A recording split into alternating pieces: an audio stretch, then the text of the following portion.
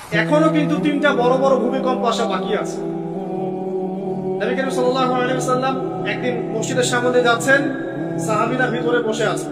সাহাবীরা কোন একটা বিষয়ে কথোপকথন করছেন। নবী করিম সাল্লাল্লাহু আলাইহি ওয়াসাল্লাম জিজ্ঞাসা করলেন, তোমরা কি নিয়ে কথাবার্তা বলছো? সাহাবীরা বললেন যে আমরা কিয়ামতের আলামতগুলো নিয়ে কথা বলছি। তখন নবীজি বললেন সাল্লাল্লাহু আলাইহি ওয়াসাল্লাম, 10টা আলামত আসার আগে কিয়ামত হবে না। কয়টা আলামত? 10টা। এই 10টা আসার আগ পর্যন্ত কিয়ামত হবে না নিশ্চিত থাকতে পারেন, কিন্তু এই 10টা কবে চলে আসবে এর কোনো গ্যারান্টি আছে? নাই। এই তিনটা ভূমিকম্প এখনো আসা বাকি আছে। নবীজি বলেছেন একটা পৃথিবী পূর্ব দিকে হবে। পূর্ব দিক কোন দিক? বাংলাদেশ, পাকিস্তান, মায়ানমার, আপনার শ্রীলঙ্কা, এই পুরো কন্টিনেন্ট পূর্ব দিক, পৃথিবীর পূর্ব দিক। কোন কান্ট্রি এটা বলা হয় না, পূর্ব দিক বলা হচ্ছে। এবং এখানে ভূমিকম্প বলা হচ্ছে না, বলা হচ্ছে ভূমি ধসে যাবে, মানে পুরো ভূমিটা নিচে চলে যাবে। এখন যারা এগুলো নিয়ে গবেষণা করেন তারাও কিন্তু সেম কথাই বলছেন, খেয়াল করে দেখেন। তারা তো বিজ্ঞান দিয়ে ব্যাখ্যা করছেন, কিন্তু হাদিসে কিন্তু এটা বলা আছে। একটা হচ্ছে পৃথিবীর পশ্চিম দিকে, আরেকটা হচ্ছে পৃথিবীর মাঝখানে। মাঝখানে কারা আছে বলেন? মাঝখানে আমাদের আমিরুল মুমিনিনরা আছে নাকি?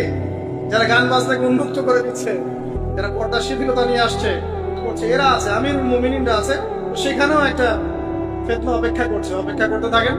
তো এই কথাটা বলতে গিয়ে আমি এখানে এসেছি। পৃথিবীতে কিন্তু এখনো তিনটা বড় বড় ভূমিকম্প বাকি আছে। সর্বশেষ আলামত হচ্ছে ইয়েমেন। ইয়েমেন থেকে একটা আগুন বের হবে, বিশাল আগুন। এই আগুনটা মানব জাতিকে হাসরের মাঠের দিকে তাড়িয়ে নিয়ে যাবে। এই 10টা আলামত না আসা পর্যন্ত কিয়ামত হবে না। অতএব আপনি এখন রিল্যাক্সে নাকে তেল দিয়ে ঘুমান নাকি ভাই? এই 10টা আলামত না আসা পর্যন্ত কিয়ামত হচ্ছে না। তবে এই 10টা আলামত আসার পটভূমি কিন্তু তৈরি হয়ে যাচ্ছে, এটা আমাদের খেয়াল করতে হবে। আচ্ছা আসেন, এই যে শুআয়ব আলাইহিস সালামের কওমকে যে ভূমিকম্প দিয়ে ধ্বংস করা হলো, এই ভূমিকম্প কখন আসে? আল্লাহ পাক বলছেন তার রাসূলের মাধ্যমে, যখন সমাজের মধ্যে পাপ বেড়ে যাবে, অশ্লীলতা বেড়ে যাবে, মানুষ মাদককে হালাল মনে করা শুরু করবে, জিনাকে হালাল মনে করা শুরু করবে, এবং এই যে বেপরদামি বেড়ে যাবে, তখন সমাজের মধ্যে ভূমিকম্প দেখা দিবে, ভূমিধস দেখা দিবে। গান বাজনা, বাদ্যযন্ত্রকে মানুষ হালাল মনে করা শুরু করবে, তখন এগুলো আসবে। তো এগুলো কি আসার বাকি আছে? এখন কি মনে হচ্ছে? আল্লাহ পাক আমাদেরকে হেফাজত করুন, আমিন। বাঁচার উপায় কি? ওই যে বললাম, রব্বানা বলেন, আতিনা মিন লাদুনকা রাহমা ওয়া হাইয়্ লানা মিন আমরিনা রাশাদা। এভাবেই ইতিহাস নিজেকে পুনরাবৃত্তি ঘটিয়েছে। এখন আপনার জন্য আমার নসিহত হচ্ছে, নবী সাল্লাল্লাহু আলাইহি ওয়াসাল্লাম বলেছেন, আমি শেষ জামানায় আমার উম্মতের উপর কিছু বিষয় ভয় করি, যে এগুলো আমার উম্মতের মধ্যে ঢুকে যাবে, আমি আশঙ্কা করে ঢুকে যাবে। কি কি বিষয়? 1 নাম্বার, যে আমি আশঙ্কা করি যে আমার উম্মতের মধ্যে মূর্তি পূজা ঢুকে যাবে, মুসলিম কিন্তু স্ট্যাচু ওয়ার্শিপ করবে। 2, আমি আশঙ্কা করি আমার উম্মতের মধ্যে রিয়া ঢুকে যাবে। রিয়াটা কি? লোক দেখানো আমল। রিয়া কি? লোক দেখানো আমল। ছড়িয়ে পড়ে নাই? এগুলো নবী সাল্লাল্লাহু আলাইহি ওয়াসাল্লামের আশঙ্কা ছিল। দেখেন সবগুলো এখন বাস্তব হয়ে গেছে। এভাবেই ইতিহাস রিপিট হয়েছে। আল্লাহ পাক এদেরকেও ধ্বংস করেছেন। এর আগে আল্লাহ পাক নূহ আলাইহিস সালামের কওমকেও ধ্বংস করেছেন। কি কারণে? তারা লাত, এই যে ইয়াগুস, ইয়াউক, নাসর, এরকম কিছু স্ট্যাচু ওয়ার্শিপ করত। এক পর্যায়ে আল্লাহ রাব্বুল আলামিন 950 বছর দাওয়াত দিয়েছেন নূহ আলাইহিস সালাম তার কওমকে। 950 বছর দাওয়াত দেওয়ার পরেও তার কওম যখন আল্লাহর আনুগত্য করলো না, আল্লাহ রাব্বুল আলামিন মহা প্লাবন দিয়ে তাদেরকে ধ্বংস করে দিয়েছেন।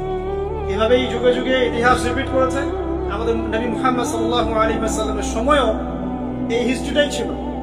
আবু জাহেল, আবু লাহাব, উতবা, শাইবা যারা ছিল, তারা মূলত সমাজটাকে দ্বিখণ্ডিত করে ফেলেছে, খণ্ডে খণ্ডে ভাগ করে ফেলেছে, ডিভাইড অ্যান্ড রুলের মতো। সমাজে সুদ ছড়িয়ে দিয়েছিল, জেনা ছড়িয়ে দিয়েছিল, পরকিয়া ছড়িয়ে দিয়েছে, এবং শিরিক ছড়িয়ে দিয়েছে, এবং গোত্র হানাহানি চলছিল। এরকম একটা অবস্থায় নবী সাল্লাল্লাহু আলাইহি ওয়াসাল্লাম ওই সমাজের মধ্যে আসেন নবী হিসেবে।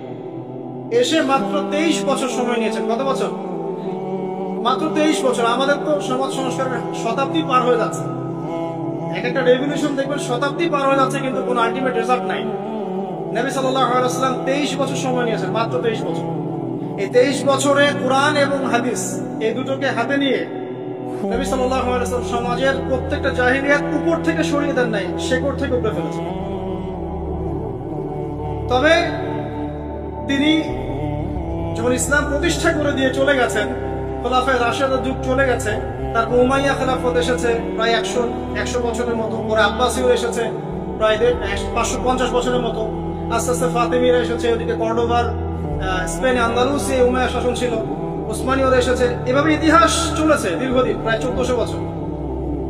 শেষ পর্যায়ে গিয়ে নবী সাল্লাল্লাহু আলাইহি ওয়াসাল্লাম কিছু ভবিষ্যৎবাণী করে গেছে, যখন শেষ জামানাগুলো আসবে তখন দেখবে তোমরা সমাজে সুদটা ছড়িয়ে পড়বে বেশি, জেনা ছড়িয়ে পড়বে, অশ্লীলতা ছড়িয়ে পড়বে।